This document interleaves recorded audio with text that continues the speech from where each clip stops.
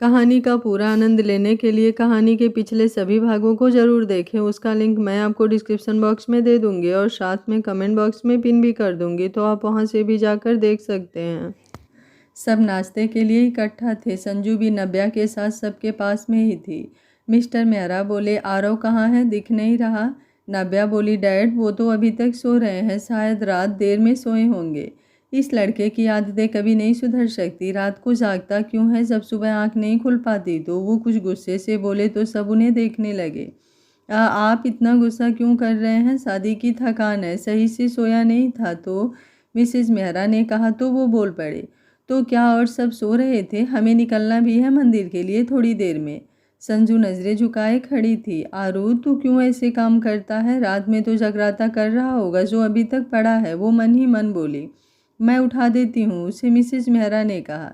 Good morning everyone, सीढ़ियों से आते हुए आरो ने कहा तो मिसेज मेहरा गुड मॉर्निंग बोल बैठ गए। बड़ी जल्दी उठ गया, मिस्टर मेहरा ने कहा तो उसने दांत दिखा दिए और धीरे से कान पकड़ लिया। उसकी निगाह संजू पर गई, जो कि धानी रंग की गोल्डन बार्डर वाली साड़ी, मांग में उसके नाम का सिंदूर, गले में मंगलसूत्र, होठों पर डार्क पिंक लिपस्टिक, हाथों में मैचिंग चूड़ी सब पहने खड़ी थी। उसे देखने के बाद तो वो सब भूल ही गया। भाई भाभी को नज़र मत लगाओ, नव्या ने नाक दिखाते हुए कहा तो संजू उसे देखने लगी, लेकिन अब उसने निगाह हटा ली और पास आकर चेयर पर बैठते हुए नव्या के सिर पर मारते हुए बोला, ये कैंची जैसी जबान कम चलाया कर। राज हंसते हुए बोला, भाभी आज लगी इतनी खूबसूरत रही हैं कि नज़रें हटाना मुश्किल है, तो आरव भाई की तो चुपचाप खा ले, वरना मैं दोनों को अभी अच्छे से खिलाता हूँ। आरव ने घूर कर कहा तो सब मुस्कुरा दिए। मिस्टर मेहरा भी उसकी चिढ़न समझ रहे थे तो वो मुस्कुरा पड़े। संजू बेटा आरव को भी तो परोस दो, मामी ने कहा तो संजू आरव के पास आ गई। जान लेने का इरादा है क्या आज, आरव ने सर्द आवाज में लेकिन धीरे से मुंह नीचे करके कहा तो संजू के हाथ से चम्मच छूटकर नीचे गिर गया। वो दोनों साथ ही नीचे झुके कि दोनों का सिर आपस में लड़ गया। तू कभी सुधर नहीं सकता ना, हर जगह फ्लर्ट स्टार्ट कर देता है, संजू ने अपना सिर सहलाते हुए कहा तो आरव ने ना में सिर हिलाकर आई विंक कर दी। तू, संजू ने कुछ कहना चाहा कि आरव चम्मच उसके हाथ में पकड़ाकर सही से बैठ गया। मॉम भूख लगी है, थोड़ा जल्दी मिलेगा, आरव ने अपनी हंसी दबाते हुए कहा तो संजू ने उसके पैर पर अपने पैर से दे मारा, खाना उसकी प्लेट में परोसते हुए। आउच, वो चिल्लाया। तब तक संजू दूर हट गई और मुस्कुरा दिया उसे देख।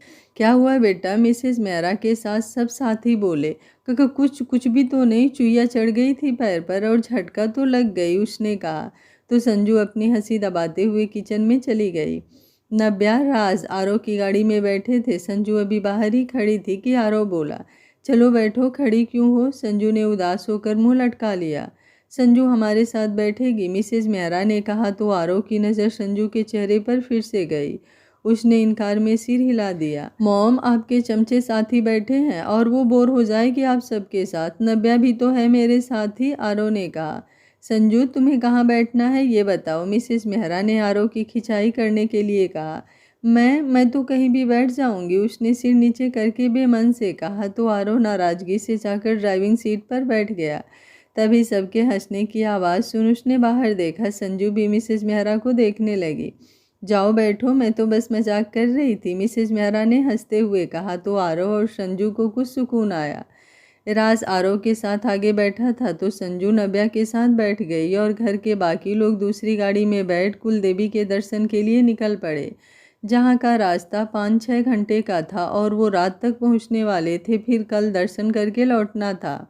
आरव और संजू तो इसी में ही खुश हो गए कि फैमिली उनके साथ नहीं है टोकने को, और आरव ने शीशा ऐसा सेट किया था कि उसमें संजू नजर आए। नव्या और राज की बकबक में आज वो भी खूब साथ दे रही थी और आरव बस ड्राइविंग करते हुए मुस्कुराकर उसे देख रहा था। थोड़ी देर पहले जब दूसरे गाड़ी से आने को मॉम ने बोला था तब तो रोना सा मुंह बनाया था, और अब देखो साथ होकर भी नहीं है, सब में बिजी है, लेकिन खुश तो है, आरव ने मन में कहा और उसे देखने लगा कि संजू की नज़रें भी उससे जा मिली तो दोनों ही मुस्कुरा उठे। रियांश टेरिस पर रेलिंग से टिका खड़ा था, उसकी आंखें बंद थी और चेहरे पर उदासी। कल तो बात संभाल ली, लेकिन कब तक ये सब छिपा पाऊंगा। कितने डॉक्टर्स को भी रिपोर्ट दिखाई, लेकिन सब वही बोल रहे हैं, जब कायू को पता चलेगा कि जो खुशी वो चाहती है वो हमारे नसीब में ही नहीं है तो जाने कैसे रिएक्ट करेगी। कैसे बोल दूँ जाकर उसे कि जिसके लिए हम इतने बेसब्र हैं वो नहीं हो सकता। वो कभी माँ नहीं बन सकती, मुझसे नहीं होगा, ये मैं नहीं बता सकता उसे। कहते हुए उसकी आंखें बाहर आई। अभी थोड़ी देर पहले ही एक डॉक्टर का कॉल आया था और उन्होंने भी यही कहा कि काम्या प्रेगनेंसी कंसीव नहीं कर सकती, केवल 10% चांसेस हैं।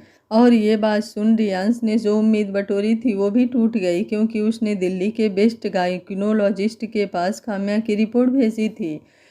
आप यहाँ हैं और मैं कब से आपको ढूंढ रही थी कि कहाँ गए, सब आपका वेट कर रहे हैं। और आप, कहते हुए काम्या टेरिस पर आई।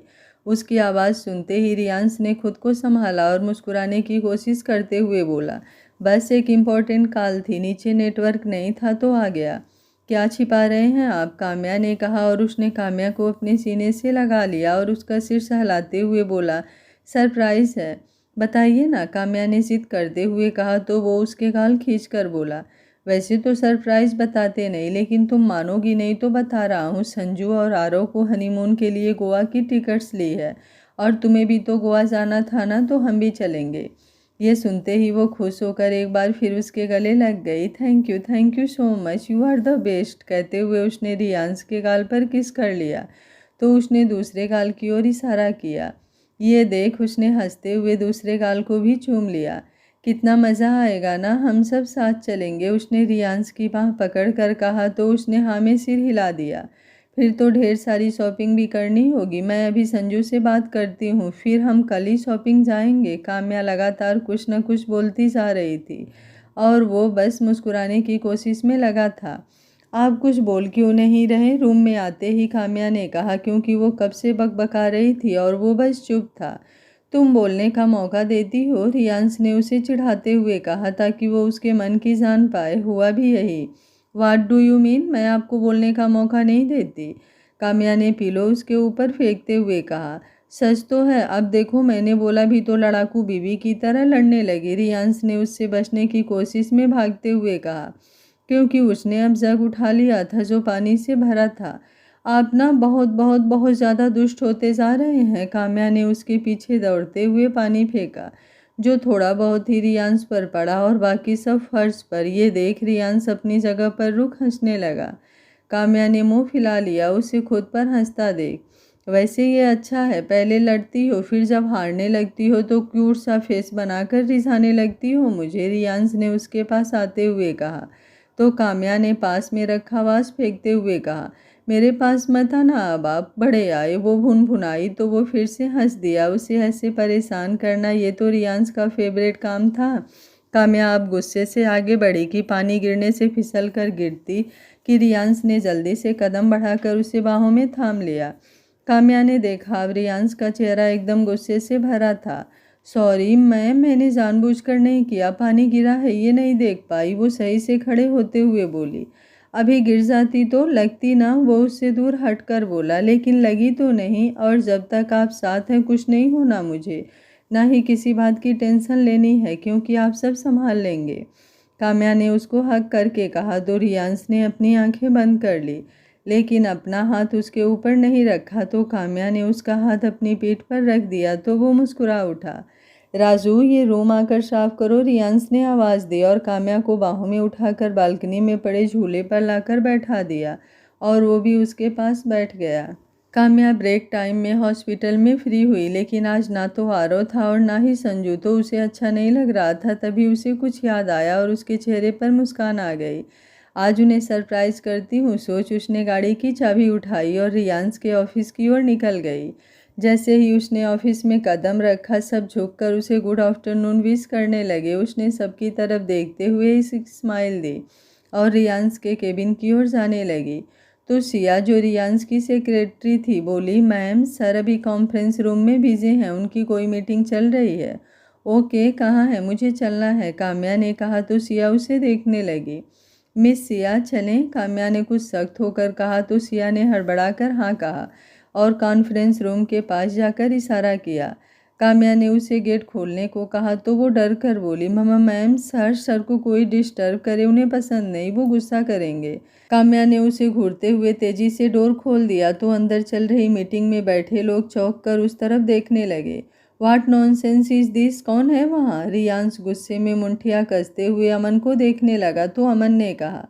काम्या ये सुन जब सामने आई और इतनी तेज आवाज़ सुन वो डर गई थी। वो दौड़ते हुए रियांश के सीने से लग गई। रियांश उसे यहाँ देख हैरान था। उसने देखा सब उसे ही देख रहे थे। अमन तो डर से पसीने साफ कर रहा था।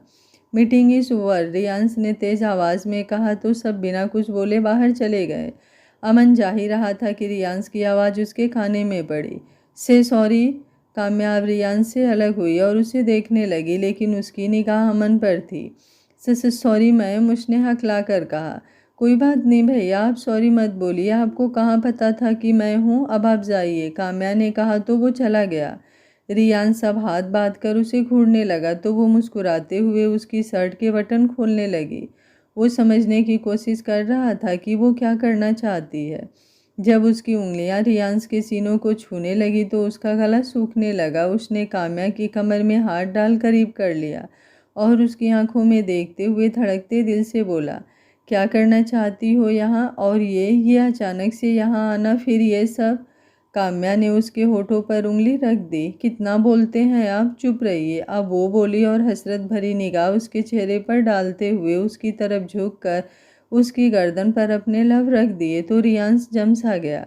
आज पहली बार काम्या ऐसी हरकतें कर रही थी, लेकिन उसने अब रियांश को अपना आपा खोने पर मजबूर कर दिया था और उसने काम्या को उठाकर टेबल पर बैठा दिया और उसकी बोलती बंद कर दी। बिना देरी के काम्या के हाथ उसके बालों में चलने लगे तो रियांश ने उसे खुद के एकदम करीब कर लिया। करीब 20 मिनट बाद दोनों अलग हुए। दोनों की ही सांसें बहुत तेज चल रही थी और काम्या उसे लिपट तेजी से सांसें भर रही थी। रियांश ने भी उसकी गर्दन में चेहरा छिपा लिया। क्या हुआ? रियांश ने कुछ देर बाद उसे अलग करके उसके गाल पर हाथ रखकर पूछा तो वो बिना बोले उसके सीने पर किस करके उसकी शर्ट के बटन लगाने लगी और उसकी गर्दन में हाथ डालकर बोली, आपके केबिन में बात करें। रियांश ने सिर हिलाया और उसे बाहों में उठाकर बाहर निकला तो ऑफिस में काम करने वाली सारी लड़कियां आंखें फाड़ उन्हें देखने लगी और काम्या मुस्कुराते हुए उसके सीने से लगी थी। डू योर वर्क, रियांश ने सख्ती से कहा तो सबने निगाहें नीचे कर ली। रियांश ने उसे लाकर सोफे पर बैठाया। काम्या वहां आते ही उससे दूर होकर बोली, आप ना सारी फीमेल एम्प्लॉइज को ऑफिस से निकाल दीजिए। उसकी बात सुन रियांश अपनी आंखें छोटी करके उसे देखने लगा।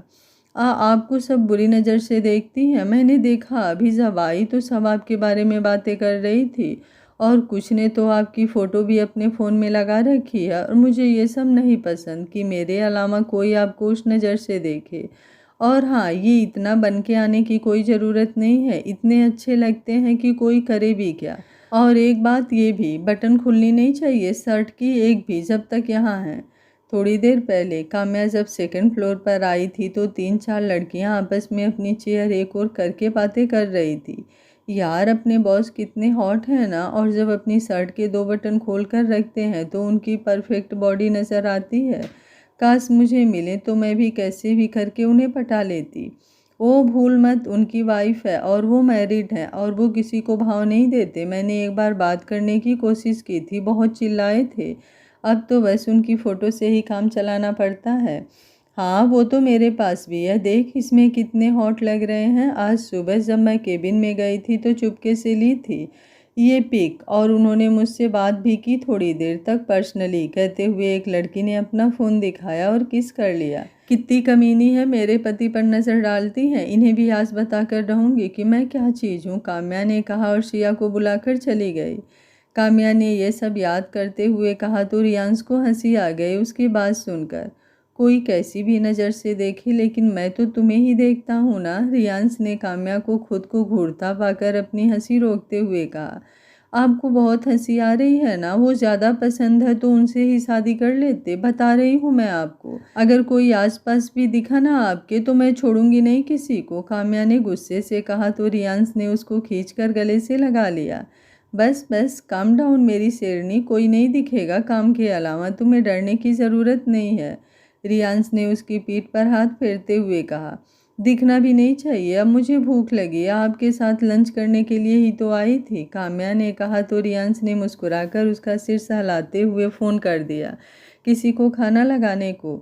वैसे ये वाला नया रूप बहुत पसंद आया, एकदम बिंदास, और वो किसी भी, रियांश ने उसे छेड़ते हुए कहा तो काम्या ने अपनी किस याद आते ही आंखें बंद कर ली। जो देख वो मुस्कुराने लगा। शाम के 5 बजे सब कुल देवी के दर्शन करके लौटे और सभी थके हुए ही थे।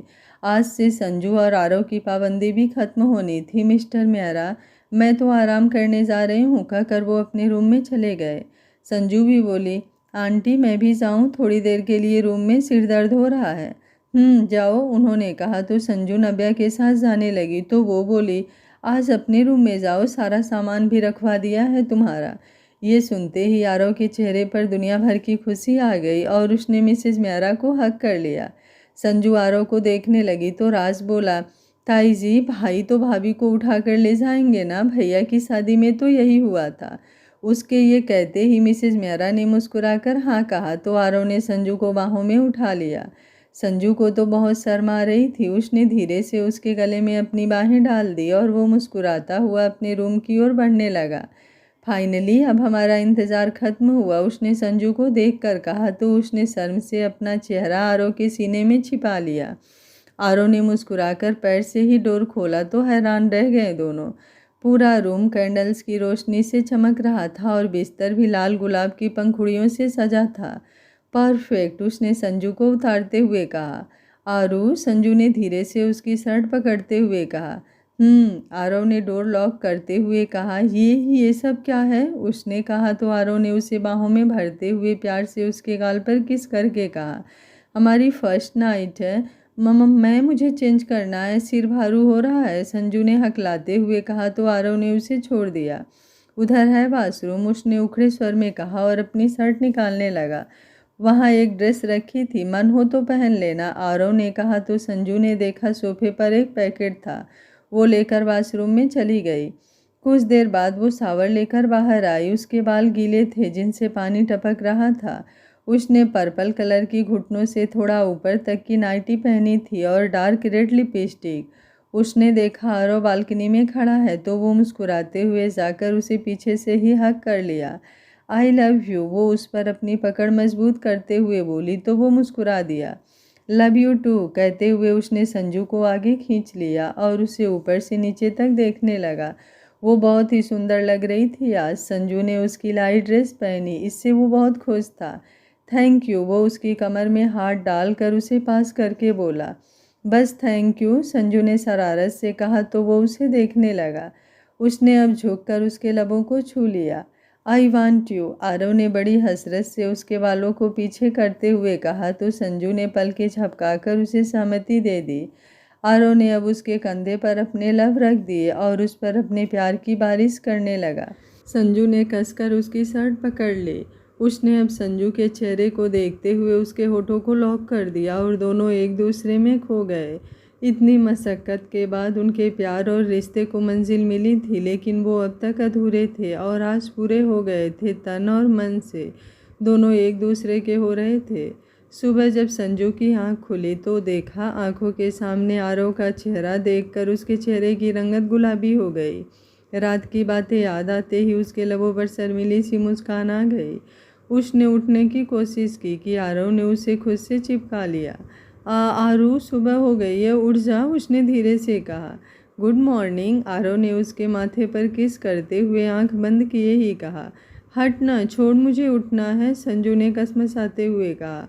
सोने दे, तंग मत कर यार, वो बोला तो संजू उसके गले पर काट कर बोली।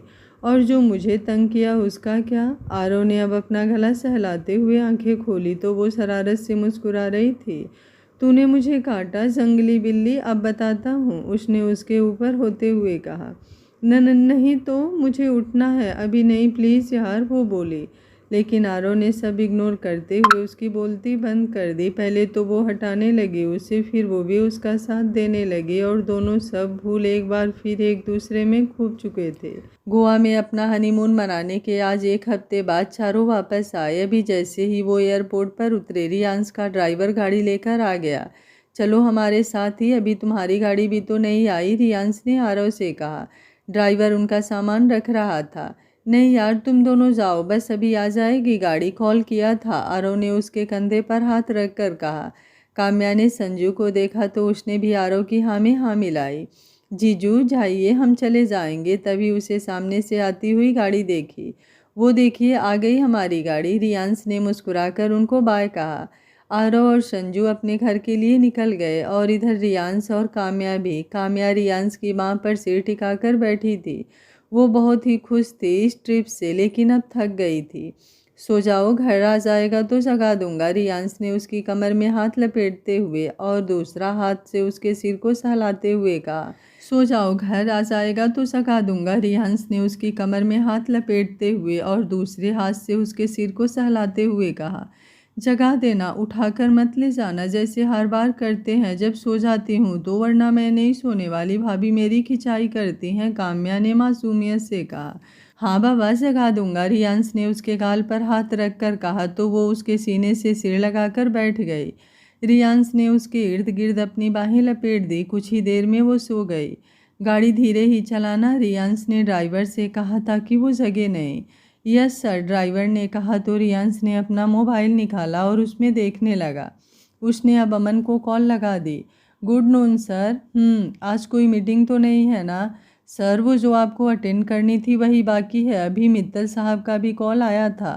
ओके, आता हूँ आधे घंटे में, कहकर उसने कॉल कट कर दी। कुछ ही देर में उसने गाड़ी राठौर मेंशन के सामने आकर रुकी। उसने काम्या को देखा जो बेखबर सो रही थी। उसने काम्या के माथे पर किस किया और धीरे से आवाज़ दी, कायू उठो, लेकिन वो उससे लिपट गई। रियांश ने अब उसका चेहरा अपने करीब किया और उसके होठों को चूम लिया तो काम्या ने कसमसाकर आंखें खोल दी और उसके सीने पर हाथ रख उसे दूर कर दिया। कितने गंदे हैं आप, ये क्या कर रहे थे? काम्या ने उसकी तरफ देखते हुए कहा तो रियांश बिना कुछ कहे उतर गया और उसकी साइड का गेट खोला तो काम्या को समझ आया मिनी कुंभकर्ण की आँखें नहीं खुल रही थी तो मैं क्या करता, और अगर ना उठाता तो लड़ती, रियांश ने जहाँ भर की मासूमियत चेहरे पर लाते हुए कहा तो काम्या ना चाहते हुए भी मुस्कुरा दी। दुष्ट हैं एक नंबर के आप, वो उसकी बाँह पर हल्के से मारकर बोली और दोनों अंदर की ओर बढ़ गए। लिविंग रूम में ही दादी दादू बैठे थे तो दोनों ने जाकर उनके पैर छुए। कैसे हैं आप दोनों? रियांश ने उनके पास बैठते हुए कहा। हम तो अच्छे ही हैं, तुम दोनों को देख खुश भी हो गए, दादू ने कहा। काम्या दादी दादू को वहाँ की बातें बताने लगी कि कहाँ कहाँ वो घूमे और दादी बहुत खुशी से सब सुन रही थी। तब तक विभाजी और तान्या भी आ गई। गिफ्ट्स किस लिए लाई हो? बातें बाद में करना, वो भी दे दो, रियांश ने उठते हुए कहा। उप्स, मैं तो भूल ही गई थी, काम्या ने अपने सिर पर मारते हुए कहा और एक बैग खोलकर सबके लिए जो गिफ्ट्स लाई थी देने लगी। रियांश रूम में चला गया। कुछ देर में जब काम्या वहां आई तो वो तैयार दिखा।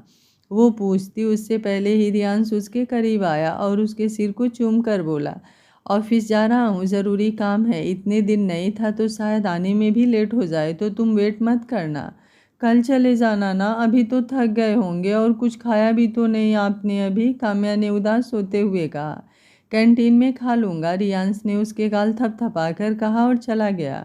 संजू जब चेंज करने रूम में आई तो देखा आरव बेड पर आराम से पैर फैलाए लेटा था, आड़ा तिरछा। उसे देख संजू को हंसी आ रही थी। ये तो कभी कभी एकदम कार्टून लगता है, संजू ने उसके सिर के नीचे तकिया लगाते हुए कहा। फिर उसके माथे तक आए बालों को सही से करते हुए किस कर लिया और नव्या के पास चली आई। नव्या रूम में बैठी कोई पेंटिंग बना रही थी। निवी, संजू ने कहा। भाभी आइए ना, नव्या ने ब्रश एक साइड टेबल पर रखते हुए कहा। संजू अब आकर उसके पास सोफे पर बैठ गई। मैंने आपसे फ़ोटोज़ लेने को कहा था, आपने ली है या नहीं? मुझे भी देखना है, आपने और भाई ने तो खूब मस्ती की, उसने कहा तो संजू ने अपने हाथ में लिए कैमरे को उसके हाथ में रख दिया तो वो खुश होकर उससे लिपट गई। वो दोनों अब फ़ोटोज़ देखने लगी बात करते हुए। एक बार फिर से सबकी ज़िंदगी पटरी पर आ गई थी और सब अपने पार्टनर के साथ खुश थे। इन सब में हंसी खुशी 1-2 महीना कैसे बीत गया पता ही नहीं चला। रियान सबके साथ बैठा था और काम्या रूम में थी। ये लैपटॉप को क्या हुआ? काम्या ने अपना लैपटॉप ऑन करने की कोशिश करते हुए कहा, लेकिन वो चल ही नहीं रहा था। क्या करूं, अब कहाँ से चेक करूं? काम्या ने परेशान होते हुए कहा। अंश का लैपटॉप उसे याद आया और वो स्टडी रूम में चली गई। रियांश का लैपटॉप टेबल पर ही रखा था। वो आराम से कुर्सी खींचते हुए उस पर बैठ गई और लैपटॉप में अपना काम खत्म करते हुए बंद करने लगी कि उसकी नज़र एक फोल्डर पर गई जो रिपोर्ट्स नाम से था। उसे खोलकर देखते ही काम्या काँप गई और उसकी आंखें डबडबा गई। ये क्या है? ऐसा ऐसा नहीं हो सकता। मैं माँ नहीं, कहते हुए वो रोते हुए खड़ी हो गई। रियांश वहाँ उसे ढूंढते हुए आ गया था। काम्या उसकी ओर मुड़ते हुए बोली, ये सच नहीं हो सकता ना अंश, ये सब झूठ है ना ये? काम्या ने उसके सामने लैपटॉप करते हुए कहा। रियांश की नज़रें झुकी थी, उनमें आंसू थे। कायू, मैं तुम्हें समझाता हूँ, बैठो, उसने काम्या का हाथ पकड़ते हुए कहा। आपने मुझसे छिपाया इतना बड़ा सच, कहते हुए उसने रियांश के हाथों को झटक दिया और रूम की ओर भागी। रियांश भी उसके पीछे दौड़ा कि उसने डोर लॉक कर लिया अंदर से। Kayu, Kamya please open the door. Kamya, Riyansh ने दरवाज़ा पीटते हुए कहा, लेकिन उसे कुछ सुनाई नहीं दे रहा था। उसने बिस्तर की चादर खींचकर फेंक दी और ड्रेसिंग पर रखा सारा सामान गिरा दिया। वो सब उठाकर रोते हुए फेंकने लगी। काम्या, उसने फिर से कहा। तब तक घर के सारे लोग इकट्ठा हो चुके थे और वो रियान से पूछ रहे थे। नैतिक बोला, दरवाज़ा हमें ही खोलना चाहिए, चाहे तोड़ना ही पड़े। रियांश ने सिर हिला दिया और वो दोनों दरवाजे पर मारने लगे। दरवाज़ा खुलते ही रियांश ने रूम में देखा, पूरा अंधेरा था। उसने झट से लाइट ऑन की तो हैरान रह गया। पूरा रूम बिखरा था। तभी उसे एक कोने से सिसकने की आवाज़ आई तो वो उस ओर बढ़ गया। काम्या एक कोने में घुटनों में मुँह छिपाए रो रही थी। कायू, कहते हुए वो उसकी ओर बढ़ा तो काम्या ने सिर उठाकर उसे देखा और फिर से नीचे कर लिया। काम्या को इस हाल में देख रियांश का सारा खून सूख रहा था। उसने इसी से बचने के लिए सब छिपाया था और इस तरह सब उसे पता चले ये नहीं सोचा था। मुझे अकेला छोड़ दीजिए, उसने रियांश का हाथ अपने कंधे से झटकते हुए चिल्लाकर कहा। तो रियांश ने आंखें बंद कर ली। आप लोग बाहर जाइए, मैं हूँ इसके पास, रियांश ने कहते हुए सबको बाहर भेज दिया और फिर से उसकी ओर बढ़ा तो वो रोते हुए वॉशरूम में चली गई और दरवाजे से टिक कर चिल्लाने लगी। काम्या वॉशरूम में दरवाजे से टिकी फूट फूट कर रो रही थी और दरवाजे के इस तरह रियांश था। उसने अपनी भरी आंखों को साफ करते हुए एक बार फिर कहा, कायू, बाहर आओ ना बच्चा। काम्या पर उसकी किसी बात का असर नहीं हो रहा था तो उसने एक सीक्रेट की उठाई और स्टडी रूम से अटैच्ड होने की वजह से वो उधर से बाथरूम में आ गया। काम्या शावर के नीचे बैठी रो रही थी। रियांश ने शावर बंद किया और उसे सीने से लगा लिया। काम्या उसे खुद से दूर करती जा रही थी और छूटने की कोशिश कर रही थी तो उसने उसे कसकर पकड़ लिया। रियांश ने उसे ज़बरदस्ती खड़ा किया। कपड़े चेंज कर लो, फिर बात करते हैं, उसने कहा। लेकिन वो बस बिलखती रही, बिना कुछ बोले। तो रियांश ने अपनी आंखें बंद करते हुए उसके कपड़ों को निकाल वाइट बाथरोब पहना दिया। उसके बाद उसे गोद में उठाकर बेड पर लाकर लिटा दिया। काम्या की आंखों में आंसू अभी भी निकल रहे थे। उसने चादर मुंह तक कर ली। रियांश ने उसे हटाकर काम्या को पीछे से ही बाहों में भर लिया और उसके चेहरे की तरफ झुकते हुए उसकी हथेली को अपने हथेली में उलझा ली। मम्मा, मुझे मुझे भी हमारा बेबी चाहिए। आज तक बिना मांगे सब दिया है ना मुझे, तो अब आज मैं आपसे मांग रही हूँ, मुझे हमारा बेबी चाहिए, उसने अटकते हुए रोकर कहा। तो रियांश की आंखों में भरे हुए आंसू उसके गाल पर गिरने लगे। रियांश आज जितना बेबस खुद को महसूस कर रहा था जितना उसने कभी नहीं किया था। काम्या पर अपनी पकड़ कसते हुए उसने उसे अपनी ओर घुमा लिया। 10% चांस है बच्चा, हम इंडिया से बाहर जाकर भी इलाज कराएंगे, हो सकता है हमारी विश पूरी हो जाए, उसने काम्या का सिर सहलाते हुए भरी आवाज़ में कहा। काम्या ने उसे कसकर पकड़ लिया और आंखें बंद कर ली। बस अब एक भी आंसू नहीं, वरना तबीयत खराब हो जाएगी ज़्यादा रोने से, उसने काम्या की पीठ पर हाथ फेरते हुए कहा। मम्मा, मैंने कभी किसी का बुरा नहीं किया, ना ही चाहा, तो क्यों मेरे साथ? क्या मैं इतनी बुरी हूँ? वो सुबकते हुए बोली। रियांश के पास कोई जवाब नहीं था। उसने बस काम्या का चेहरा ऊपर करके इनकार में सिर हिलाया और उसकी गर्दन में अपना चेहरा छुपा कर उसे एकदम करीब कर अपने पैरों को उसके पैरों में फंसा लिया। जाने कब दोनों की आंख लगी। सुबह के 9 बजे रियांश की आंख खुली तो काम्या अभी भी उससे लिपटी हुई थी। उसके चेहरे पर आंसुओं के निशान थे जो सूख गए थे। ये देख एक बार फिर उसका दिल भर आया। धीरे से उसने काम्या को अलग किया और उसका सिर पिलो पर रख दिया और वो उठकर वॉशरूम में चला गया। कुछ देर बाद वो ब्रेकफास्ट लेकर रूम में आया तो वो अभी भी लेटी थी। रियांश ने उसके सिर पर किस किया और उसका बालों पर हाथ फेरने लगा तो वो जग गई। काम्या अभी भी बाथरूम में ही थी। गुड मॉर्निंग, रियांश ने उसके पास बैठते हुए कहा। उसकी आंखें एक बार फिर भर आई कि रियांश ने अपने अंगूठे से उसके आंसू साफ करते हुए बात घुमाते हुए कहा, ये लो तुम्हारी चाय, आज मैंने बनाई है, उतनी अच्छी तो नहीं होगी लेकिन पीने लायक हो शायद। काम्या ने इनकार में सिर हिलाया तो वो बोला, सच में आज नमक मिर्च नहीं डाली, चीनी ही डाली है। काम्या उसे देखने लगी तो उसने चाय का कप उसे पकड़ा दिया। मम्मा मुझे नहीं चाहिए कुछ भी, उसने कहा और बिस्तर से उतर गई। मैं हेल्प करूं? रियांश ने उसका हाथ पकड़ते हुए कहा तो काम्या ने ना कहा। रियांश ने सिर बेड पर टिकाते हुए आंखें बंद कर ली, फिर किसी को फ़ोन मिलाकर उससे बात करने के बाद बैठ गया कि पाखी आ गई तान्या के साथ। चाचू, उसने कहा तो रियांश ने उस ओर देखा। आजा मेरा बच्चा, उसने कहा तो पाखी आकर उससे लिपट गई। काम्या ठीक है अब? तान्या ने उससे सवाल किया तो रियांश ने इनकार में सिर हिलाया। सब ठीक हो जाएगा, बस तुम दोनों कभी एक दूसरे को कमज़ोर मत पड़ने देना। तान्या ने उसके सिर पर हाथ फेर कर कहा। चाची आ गई, पाखी ने काम्या को वॉशरूम से निकलते देख कर कहा। गुड मॉर्निंग चाची, पाखी ने अपनी प्यारी सी आवाज़ में कहा तो काम्या ने धीरे से मॉर्निंग कहा। आप रूम में क्यों बैठी हैं, मेरे साथ चलो, हम खेलने चलेंगे, पाखी ने उसका हाथ पकड़ कर कहा। बेटू मन नहीं है, काम्या ने उसके गाल पर हाथ रख कर कहा। चाचू ने आपको डांटा है जो आप सैड हो, पाखी ने मासूमियत से कहा तो काम्या रियांश को देखने लगी, फिर ना कहा। पाखी चाची को ये बिस्किट और चाय खिला दो, तान्या ने कहा तो पाखी ने बिस्किट उसके मुंह के पास कर दी। आंसुओं की एक धार उसके गालों तक बह आई जो देखना रियांश के लिए मुश्किल था। वो रूम से बाहर निकल गया। पाखी उसके आंसू अपने छोटे छोटे हाथों से साफ करने लगी। बड़े दादू चाचू को खूब डांटेंगे, आप रोना नहीं। काम्या ने उसे सीने से लगा लिया और उसका चेहरा हाथों में भरकर चूमने लगी। पाखी को कुछ समझ नहीं आ रहा था लेकिन तान्या ये सब देख भावुक हो चुकी थी। उसने कहा, पाखी तुम बाहर जाओ पापा के पास, मैं आपकी चाची को लेकर आती हूँ। काम्या संभालो खुद को, ऐसे निराश नहीं होते, देवर जी को तकलीफ नहीं है क्या? उन्हें तो बच्चे कितने पसंद हैं लेकिन उन्होंने तुम्हारे लिए ये बात दिल में दफन कर रखी थी, उन्हें भी तकलीफ होती है तुम्हें इस हाल में देखकर। एकदम से तो उम्मीद नहीं तोड़ी जा सकती, तुम्हारे कान्हा जी सब ठीक कर देंगे, प्लीज़ संभालो खुद को, वो भी तो तुम्हारे लिए कितना करते हैं, तो क्या तुम उनके लिए खुश होने की वजह नहीं ढूंढ सकती? तान्या ने उसके गाल पर हाथ रख कर कहा तो काम्या उसके गले लग गई। आगे क्या होगा इस कहानी में, कहानी के साथ बने रहिए और अपने प्यारे प्यारे कमेंट से कमेंट बॉक्स को भरते रहिए। उम्मीद करती हूँ कहानी आप लोगों को पसंद आ रही होगी। वीडियो पसंद आ रहा है तो वीडियो को लाइक शेयर एंड चैनल को सब्सक्राइब कर लीजिएगा। Thank you for watching. मिलते हैं कहानी के अगले भाग में।